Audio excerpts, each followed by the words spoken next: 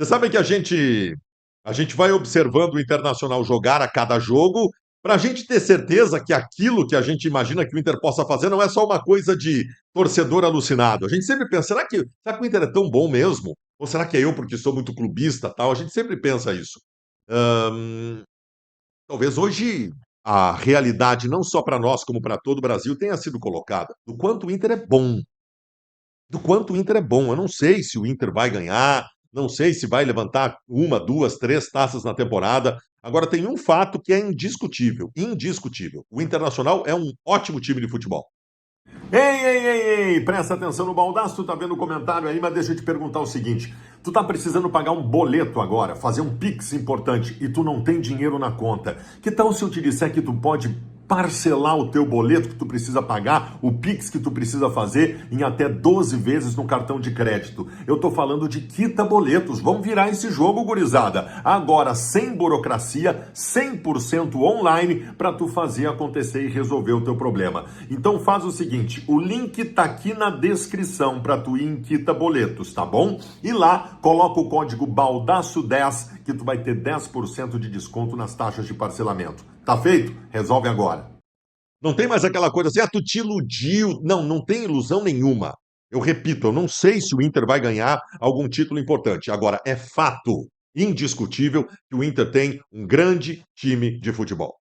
Tá? Eu quero começar por aí, porque essa é uma verdade que está sendo tratada neste momento pelo Brasil inteiro. Talvez o Bagé e o Diogo Rossi ainda não tenham chegado à conclusão, mas o Brasil inteiro sabe disso. Estamos diante de um time que veste vermelho, que vem de Porto Alegre, no sul do Brasil, que é um grande time de futebol, candidato a todos os títulos que está disputando. O Inter no jogo de hoje foi melhor o tempo inteiro. Por que eu digo o tempo inteiro? Porque tem dois tempos. Eu não digo o primeiro e o segundo tempo.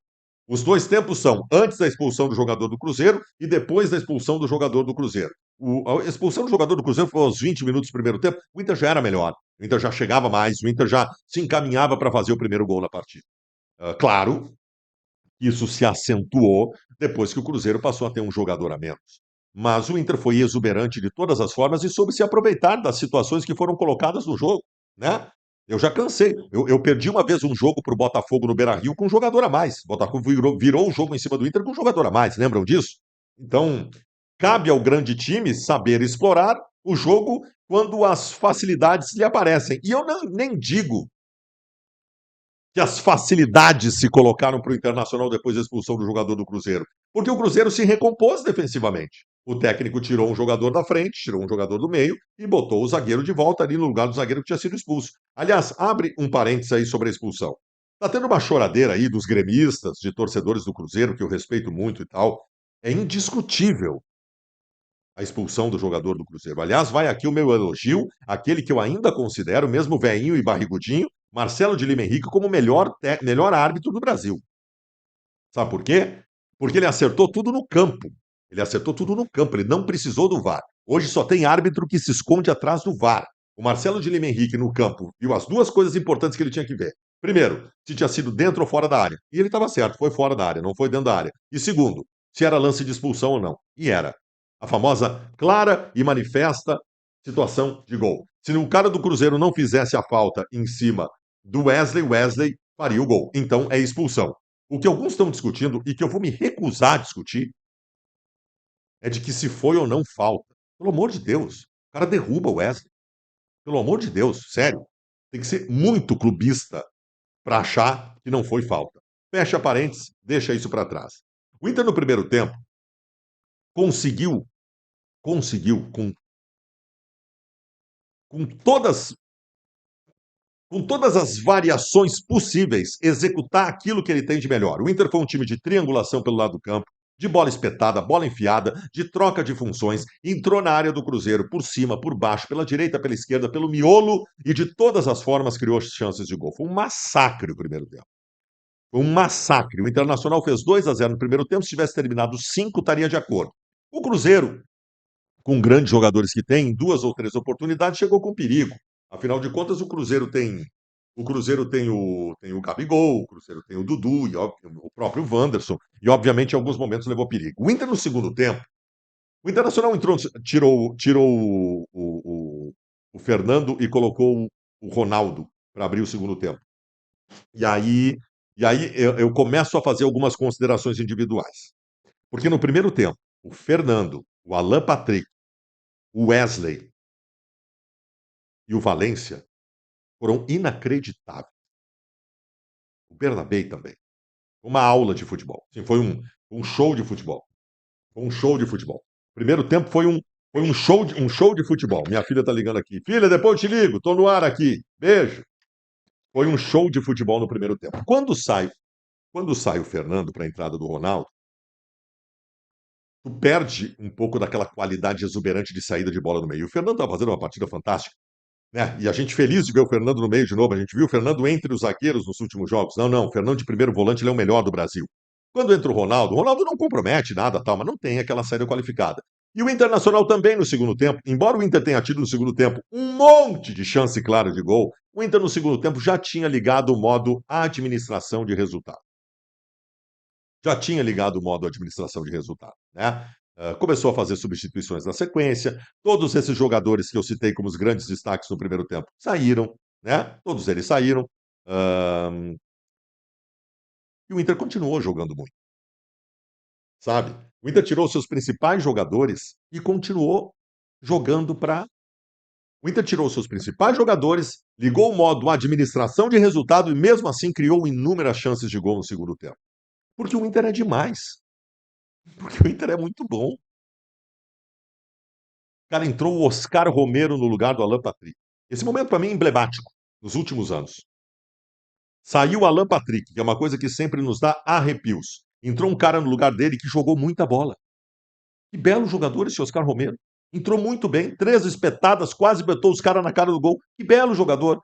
Até isso nós passamos a ter. Passamos a ter o reserva do Alan Patrick. Passamos a ter o reserva do Alan Patrick. Nós temos um ótimo grupo de jogadores. Um ótimo grupo de jogadores. Saiu o Carboneiro, entrou o Vitinho. Saiu o Valência, entrou o Borré, que fez o terceiro gol. Porra, é só jogador bom. Sai o Alan Patrick, que é o nosso gênio. Entrou esse Romero, que é bom jogador também. É só jogador bom. É só jogador bom. O Inter já está na ponta de cima do Campeonato Brasileiro. Não vi aí, mas dependendo do que tivesse acontecendo aí, o Inter está na liderança do Campeonato Brasileiro, junto do Corinthians. E, cara, é só saber fazer a coisa direitinho a partir de agora. É só não se atrapalhar. O que pode atrapalhar o Inter? Não organizar bem, logisticamente e estrategicamente, esse monte de jogo que vai ter. Acho que o Roger fez muito bem hoje. Uns minutinhos ali de segundo tempo, ele tirou todo mundo, já preservou. Porra, tem um monte de jogador bom do Inter ali que não jogou um tempo praticamente hoje do jogo. Ou seja, desgaste menor. Desgaste menor. Quinta-feira nós temos uma partida fundamental no Beira-Rio pela Libertadores da América. Então, essa administração das coisas do Inter com esse monte de jogos é uma coisa que tem que ser muito bem pensada e muito bem feita, né? Muito bem feita. Nós estamos com um problema na zaga.